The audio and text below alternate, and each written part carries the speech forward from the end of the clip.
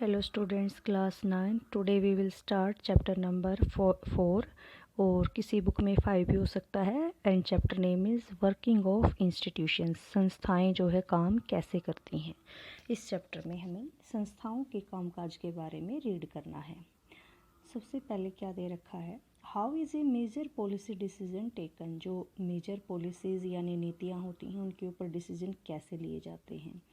और सबसे पहले शुरुआत है इसकी गवर्नमेंट ऑर्डर, यानी कि एक सरकार का कोई आदेश है उसके बारे में बताएगा। फिर उसके बेसिस के ऊपर आपको बताएगा कि वो किसने लिया, क्यों लिया। उसके ऊपर अगर मान लो डिस्प्यूट होता है तो कौन जिम्मेदार है। देखिए, on August 13, 1990 the government of India issued N order. एक ऑर्डर जारी किया भारत सरकार ने अगस्त 13, 1990 को। It was called an office memorandum. इसको कार्यालय ज्ञापन कहा जाता है। Like all government order it had a number and is known by that. और जैसे कि बाकी सभी जो गवर्नमेंट ऑर्डर होते हैं उनका भी कोई ना कोई नंबर होता है, तो इस ऑर्डर का भी एक नंबर था जो नीचे दिया गया है। The joint secretary an office in the department of personal and training in the ministry of personnel public grievances and pension sign the order. उसके बाद जो पब्लिक ग्रीविनेंस यानी कि जन शिकायत और पेंशन जो कार्यालय जो डिपार्टमेंट होता है उसके अंदर जो ट्रेनिंग मिनिस्ट्री है उनके एक जॉइंट सेक्रेटरी यानी संयुक्त सचिव ने इस ऑर्डर के ऊपर साइन कर रखा है। और ये ऑर्डर है जो काफ़ी छोटा, क्वाइट शॉर्ट, बेयरली 1 पेज, मुश्किल से 1 पेज का रहा होगा। It looked like an ordinary circular of notice that you may have seen in school। ये इसी तरह का एक नोटिस या सर्कुलर हो सकता है कि जैसा आप स्कूल में देखते हो। The government issues 100 of orders every day on different matter। सरकार जो है ऐसे सैकड़ों ऑर्डर जारी करती है अलग अलग मैटर के ऊपर एक दिन में। But this one was very important and become a source of controversy for several year. लेकिन ये काफ़ी इंपॉर्टेंट था और कई सालों तक विवाद में रहा। अब ये देखना है हमें कि ये जो है किसने ये डिसीजन लिया, उस डिसीजन के बाद क्या होता है नेक्स्ट, ये देखना है।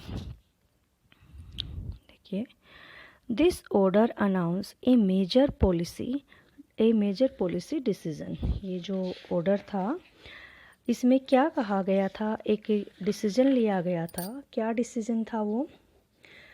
It said that 27% of vacancies in civil post and services under the government of India are reserve for the socially and educationally backward classes SEBC। 27% jobs जो थी वो SEBC जो सामाजिक आर्थिक रूप से कमज़ोर लोग हैं उनके लिए रिज़र्व कर दी गई थी सिविल सर्विसेज के अंदर।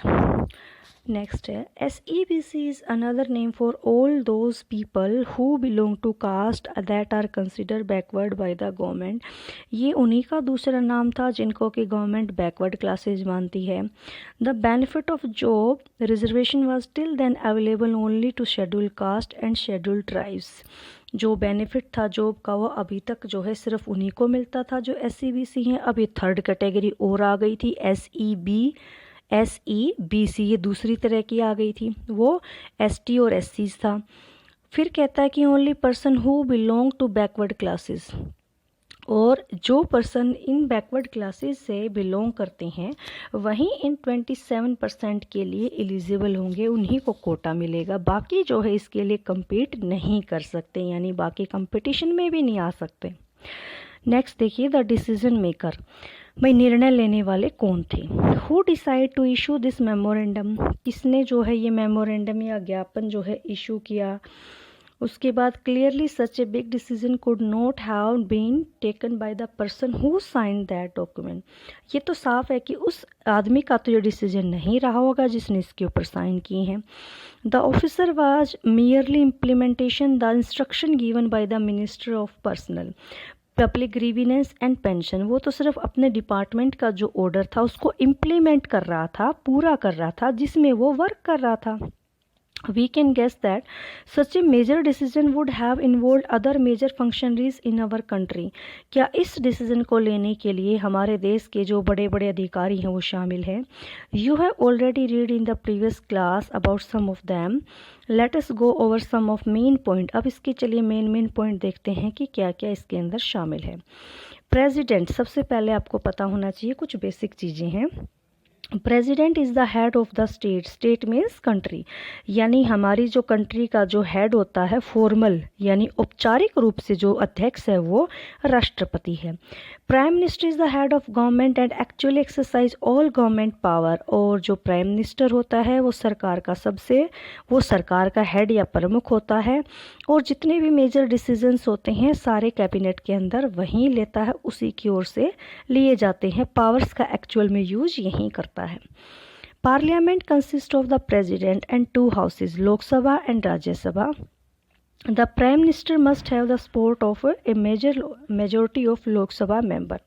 प्राइम मिनिस्टर को पार्लियामेंट बनता है हमारा प्रेसिडेंट और दोनों हाउसेज को मिलाकर। प्राइम मिनिस्टर जो है वो किसको, लोकसभा का बहुमत दल का जो है उसको सपोर्ट रहता है, मेजोरिटी का सपोर्ट रहता है। So were all these people involved in this decision regarding the office memorandum? तो ये जो हमने अभी अभी पढ़े ये सारे के सारे इसके अंदर शामिल रहे हैं, जो भी ये मेमोरेंडम आया था। देखिए, this office memorandum was the culmination, मतलब ये जो मेमोरेंडम था ये काफ़ी लंबे घटनाक्रम का रिजल्ट था, काफ़ी लंबी लॉन्ग चेन प्रोसेस थी, इवेंट्स थे, सडन नहीं था। Government of India had appointed the second backward classes commission इन 1979। भारत सरकार ने जो दूसरा पिछड़ा जाति आयोग था 1979 में उसका गठन किया। It was headed by BP Mandal, इसका हेड जो था वो बीपी मंडल था, इसीलिए पॉपुलर रहा मंडल कमीशन से। और इससे it was asked to determine the criteria to identify the socially and educationally backward classes. इसमें पूछा गया था कि जो सोशली और एजुकेशनली बैकवर्ड क्लासेस हैं उनकी पहचान कैसे की जाए, आइडेंटिफाई, और पूछा गया था कि जो उनको आगे बढ़ाने के लिए, एडवांसमेंट के लिए क्या क्या काम किया जाए। The commission gave it report in 1980 में इसने अपनी रिपोर्ट सबमिट करवाई एंड मेड मैनी रिकमेंडेशन, काफ़ी सुझाव भी दिए। One of these was that 27% of government job be reserve for the socially and educationally backward classes. उन्हीं में से ये एक था कि 27% का उन्हें जो है रिजर्वेशन दे दिया जाए। The report and recommendations were discuss in the parliament, ये सारी जो है रिपोर्ट के ऊपर जितनी भी सिफारिशें हैं इसकी सब संसद में, पार्लियामेंट में बहस चर्चा हो चुकी थी, डिस्कस हो चुकी थी। For several years, many parliamentarians and parties kept demanding the implementation of the commission recommendation। काफ़ी सालों तक जो है कई सारी पार्टियां और सांसद इसको इम्प्लीमेंट करने के लिए डिमांड करते रहे। Then came the Lok Sabha election 1989 में लोकसभा के इलेक्शन होने वाले थे। In its election manifesto of Janata Dal, manifesto होता है घोषणा पत्र, जनता दल ने अपने घोषणा पत्र में ये वायदा किया अगर उनकी सरकार आती है तो वो मंडल कमीशन की रिपोर्ट को इम्प्लीमेंट कर देंगे।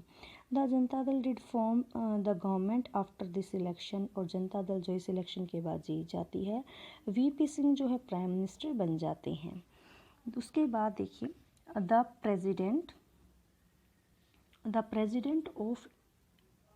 The President of India in his address to the Parliament announced the intention of the government to implement the recommendation of the Mandal Commission।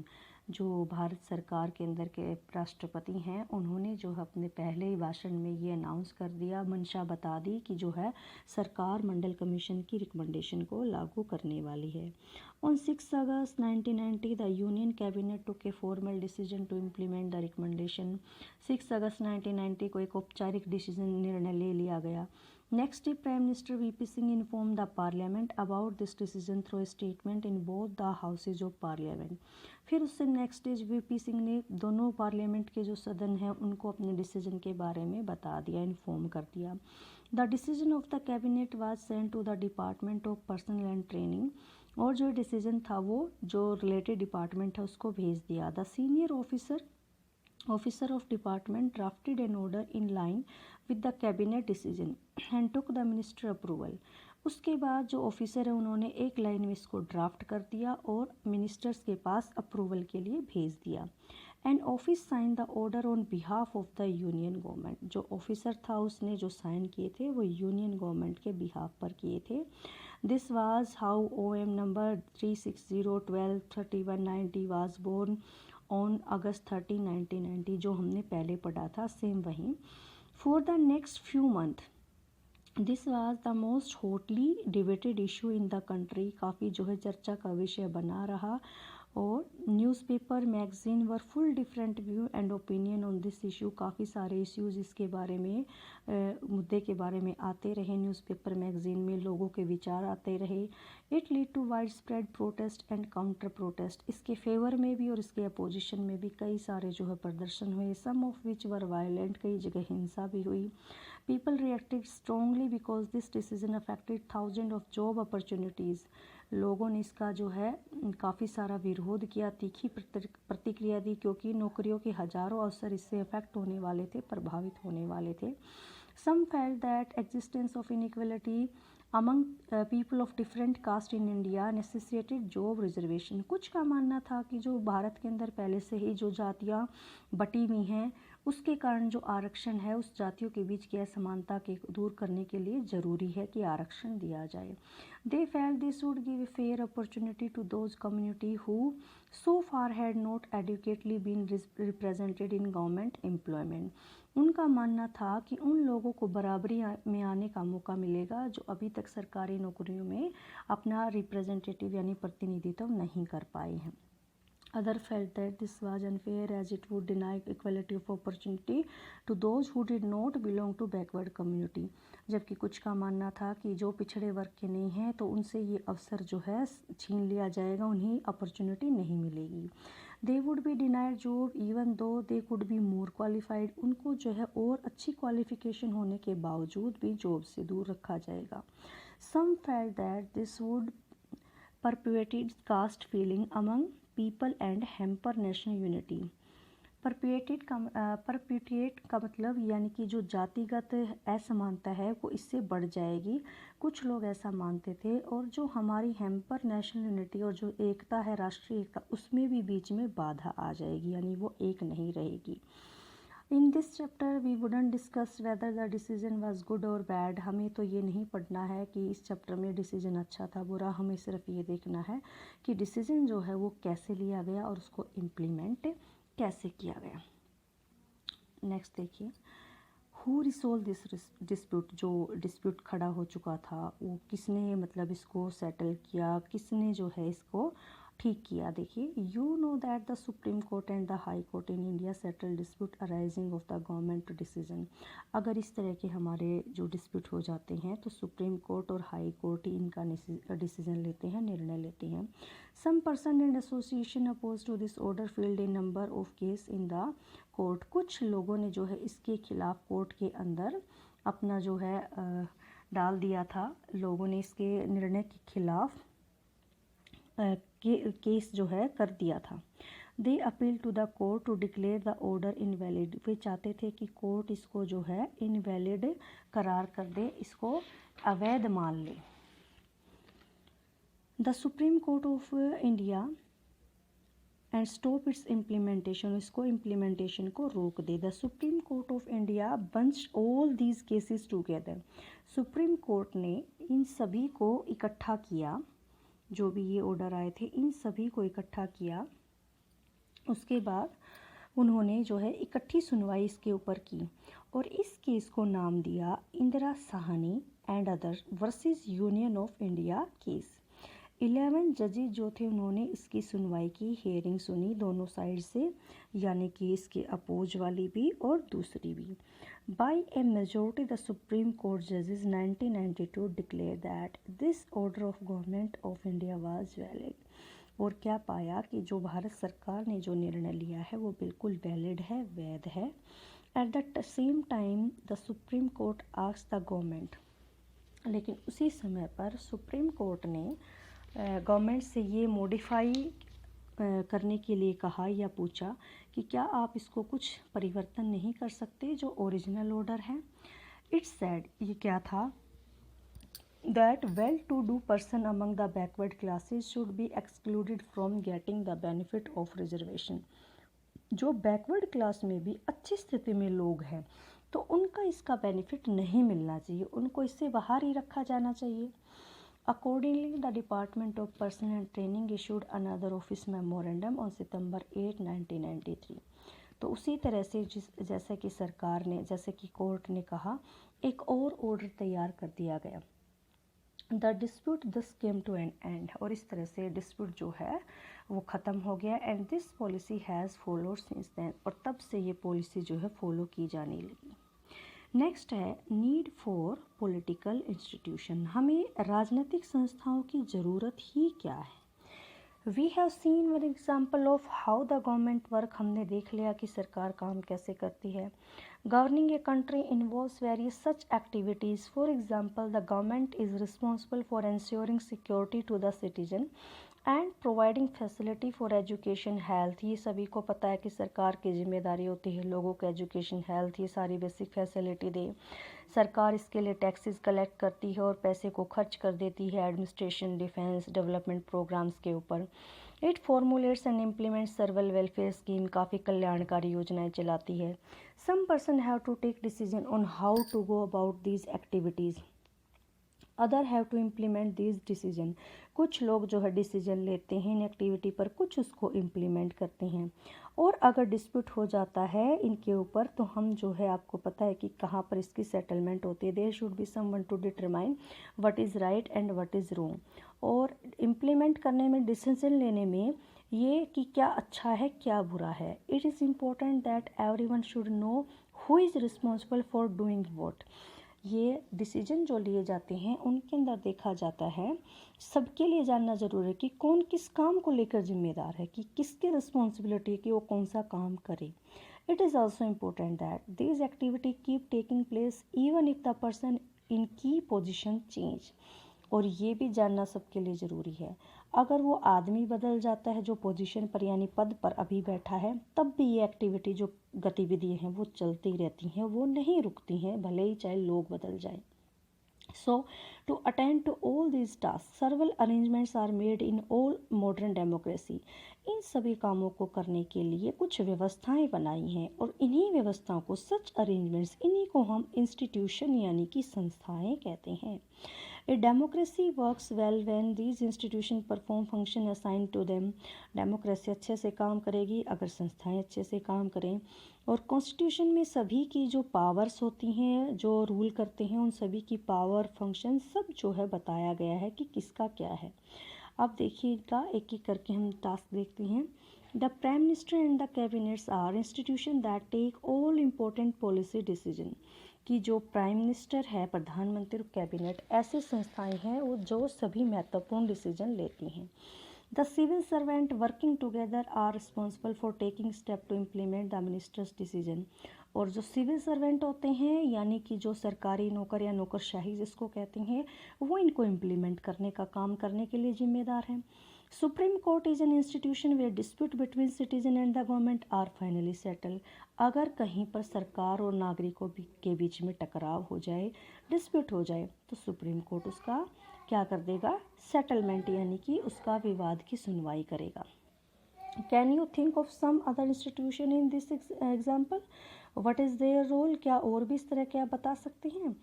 Next देखिए, working with institution is not easy. संस्थाओं के साथ काम करना कोई आसान काम नहीं है। This can bind the hands of leader. इसके अंदर लीडर के हाथ बंधे होते हैं।